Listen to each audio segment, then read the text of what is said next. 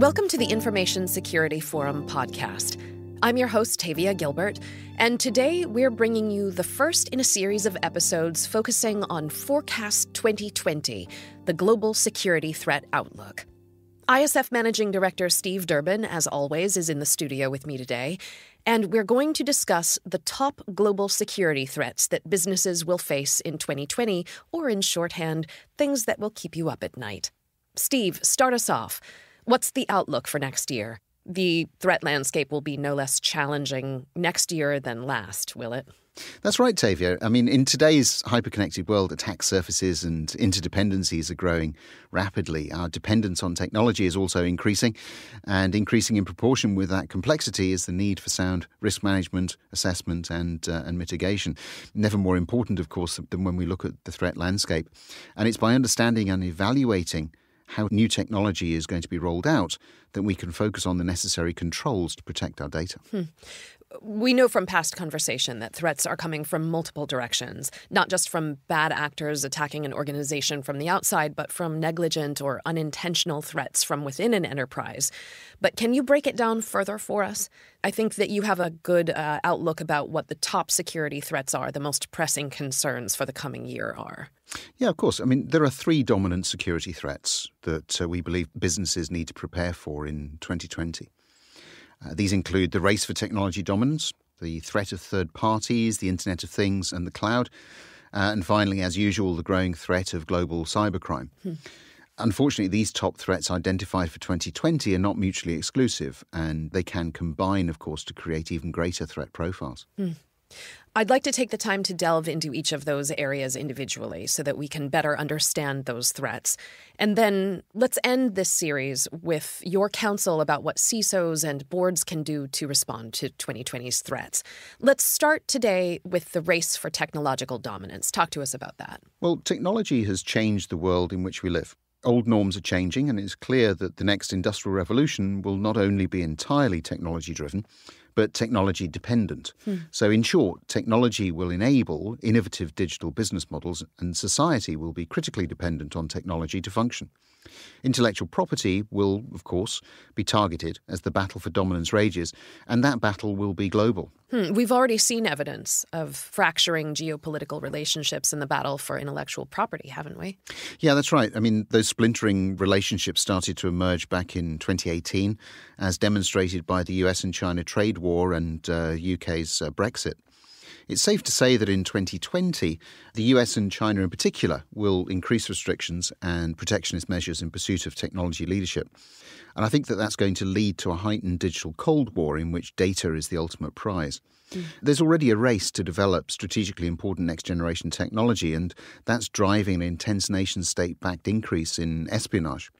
What's concerning, I think, is the ensuing knee-jerk reaction, a global retreat into protectionism, increased trade tariffs and embargoes that will dramatically reduce the opportunity to collaborate on the development of new technologies. Do you have any examples of what that data-focused Cold War might look like? Well, I suppose you could point to the UK's exclusion from the EU Galileo system. This is a satellite system. And really that came about as a result of the anticipated Brexit. That's one example. We can also see that new regulations and international agreements simply will not be able to fully address the issues powered by advances in technology and their impact on society. Unfortunately, regulatory tit-for-tat battles will manifest across nation states, and that, rather than encouraging innovation, is likely to stifle and constrain new developments, pushing up costs, and I think increasing the complexity of trade, too, for multinational businesses. Tell us more. How do you think the race for technological dominance may unfold in the coming 12 months? Well, I think if we look at the US, as an example, the US and China, I think lurking behind the US administration's trade conflict with China lies a fear that the United States could be losing its advantage in the global technology race. In US policymaking circles more broadly, China's Made in China 2025 policy, that's intended to ensure Chinese dominance in cyber, artificial intelligence, aeronautics and other frontier sections, that's seen not just as an economic challenge, but as a geopolitical threat. So everything from US telecommunications infrastructure and intellectual property through to America's military position in East Asia are considered to be at risk. And I think in 2020, we can anticipate that international tensions will reach something of a breaking point, with the potential for crises erupting either on, say, the Indian subcontinent or perhaps more likely the Middle East. The cyber domain will enable smaller players to punch above their weight, and that's further going to feed breakdowns in international diplomacy. I think adversaries will remotely destabilize infrastructure. We've worried about that for quite some while now. Political systems, we've talked about that extensively. We saw that with the last US presidential elections, of course. We're seeing some of that being talked about with the UK elections. And so that destabilization is going to affect, as I said, infrastructure, political systems, and I think ultimately, of course, economies. This sort of whirlwind of separatist sentiment is really going to embolden new terrorist groups.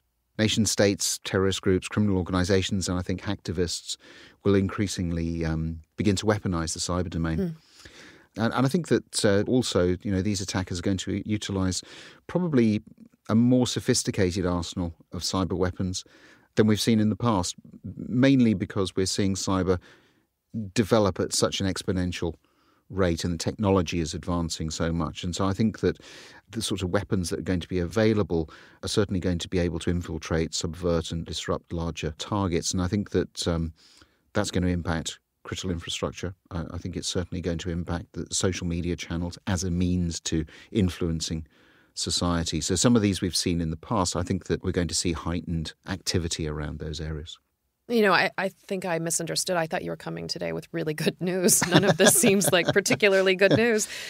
We could talk at length about the conflict between China and the U.S. and how that technological battle will play out. And perhaps that's a warranted special episode to get more in depth about that conflict. But really, do you have any good news? Can you put a positive spin on any of this race for technological dominance? Well, we know that technology will continue to drive and support the next evolutionary phase of industrial evolution. By 2024, 5G will reach 40% of the population and something like 1.5 billion subscriptions, making it the fastest generation ever to be rolled out on a global scale. Now, that's being driven by new innovative solutions that reuse existing infrastructure and available spectrum. And though that will usher in a host of challenges, the exponential increase in computer processing power will make what we consider to be impossible tasks today suddenly possible tomorrow. So there will be some benefits, but we can be certain to experience a tremendous amount of destabilization and conflict at the same time. And perhaps that's not great news, but it does support the imperative for business leaders to keep their eyes wide open, respond to the evolving threat landscape appropriately, and seek, very much more information and I think support to help them weather the coming storms. My last question, do you have a bunker, and is that where I can plan to hide out? You don't have to answer right away. Thank you for walking us through the first global threat in our 2020 forecast series. It's clear that in the year ahead, organizations of all sizes must prepare for the unknown so that they have the flexibility to withstand unexpected, high-impact cybersecurity events. To take advantage of emerging trends in both technology and cyberspace, businesses need to manage risks in ways beyond those traditionally handled by the information security function, since new attacks will impact both shareholder value and business reputation. We'll be back in our next episode with some detail about the threat of third parties, IoT, and the cloud. In the meantime, listeners, if you've enjoyed this podcast, please subscribe, rate, and review it, and we'd love it if you'd share it in your networks. Be sure to visit securityforum.org to join the conversation on our LinkedIn group, to access the show notes, and to download ISF's research, practical tools, and guidance relating to this discussion. Thanks for listening.